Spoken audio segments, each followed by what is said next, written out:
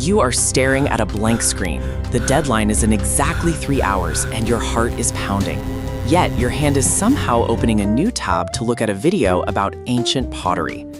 Understand your mind, master your life.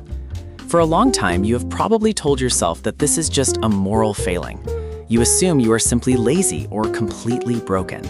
But your brain is actually performing a highly sophisticated evolutionary defense mechanism.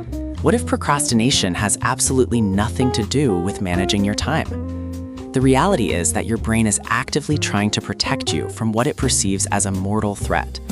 When you look at that overwhelming project, you do not just feel bored. Your body undergoes a literal physiological shift from planning to active avoiding. Your heart rate spikes slightly at the sight of that blinking cursor. Then a sudden cooling wave of physical relief washes over you the exact millisecond your thumb scrolls to a digital distraction. This is not a failure of your schedule. This is an issue of emotional regulation. Research led by Dr. Tim Peichel at Carleton University has established that procrastination is an immediate coping mechanism for negative emotions. When a task triggers anxiety, insecurity, or intense frustration, your brain demands immediate relief. Your ancient survival biology takes over the modern steering wheel. Deep inside your temporal lobes sits the amygdala, a tiny almond-shaped emotional threat detector. For hundreds of thousands of years, its only job was to keep you from getting eaten. When it detects danger, it immediately releases a cascade of stress hormones. This neural alarm system completely hijacks your prefrontal cortex. The prefrontal cortex is the modern, rational part of your brain, responsible for long-term planning and self-control. But under the influence of stress hormones, this rational center is temporarily impaired. Your brain cannot distinguish between a deadly predator and a difficult tax form. To your amygdala, that unwritten essay looks exactly like a saber-toothed tiger. And you cannot sit down and logically reason with a brain that thinks it is fighting for its life. So it forces you to flee from the task to secure immediate emotional safety. Giving in to a distraction provides that instant sense of relief. This relief triggers a microdose of dopamine in your neural pathways. Dopamine is the chemical your brain uses to reward behaviors essential for survival. By escaping the stressful task, you have just rewarded your brain for running away. This creates a powerful, vicious habit loop that strengthens with every single click. Your brain notes that avoiding the work made the bad feelings go away. Why would it ever choose to go back to the stress? Neuroscientists have discovered that this coping mechanism causes a strange form of mental blindness. Chronic procrastinators often suffer from a phenomenon known as temporal myopia. This is the evolutionary inability to accurately perceive the weight of future consequences compared to immediate rewards. Your brain is incredibly short-sighted by design. In fact, neuroimaging studies show something truly bizarre about how you process time. When you think about your future self, your brain treats that person like a complete stranger.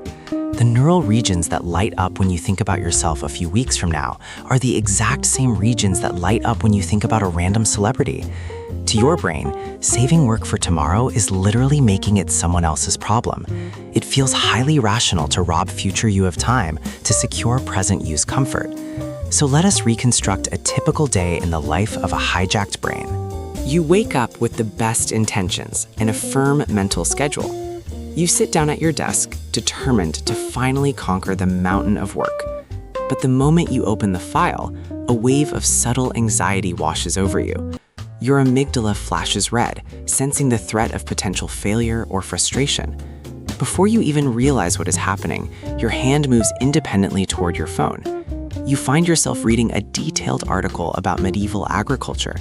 The relief is instant, warm, and comforting.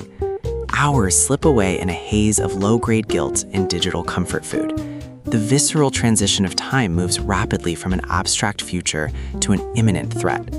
At 2 o'clock in the afternoon, 11 o'clock at night feels like an eternity away. But by 10:45, that abstract distance transforms into an inescapable, cold panic. The relief vanishes, replaced by the exhausting, invisible weight of chronic self-loathing.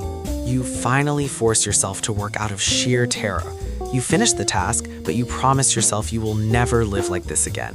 Yet, the very next time you face a difficult project, this cycle repeats perfectly. Why is it so hard to break this loop with simple willpower? This brings us to a massive counterintuitive twist. Trying to force yourself through raw willpower or shaming yourself actually increases procrastination. Dr. Fusha Saroy has shown that chronic procrastination carries measurable, heavy physical health costs. It is consistently linked to high stress levels, poor sleep quality, and a weakened immune system. When you hold on to intense guilt, you generate even more negative emotions. Because shame and self-criticism are incredibly heavy mental burdens, your amygdala panics again. It reacts to your self-punishment by seeking even more immediate emotional comfort. Your guilt drives you straight back into the loop of digital distractions to escape the pain of your own thoughts. The solution to this civil war is not more punishment. A famous 2014 study by Dr. Tim Peichel examined students preparing for exams. Those who actively forgave themselves for procrastinating on their first exam procrastinated significantly less on their second one. By removing the shame, they disarmed the amygdala's need to flee. To beat the loop, you must lower the perceived threat level of the task. You can use behavioral tools like the 2-minute rule to trick your emotional brain. Tell yourself you are only going to work on the project for 2 single minutes. A 2-minute commitment does not look like a saber-toothed tiger to your amygdala. It feels safe, small, and entirely manageable. Once you begin, the emotional barrier cracks open and momentum takes over. You can also acknowledge that chronic cases sometimes overlap with executive dysfunction conditions like ADHD or clinical depression. If your struggle is rooted there, simple habit changes are just one piece of a larger puzzle. But for everyday task avoidance, understanding the mechanism changes the entire battle.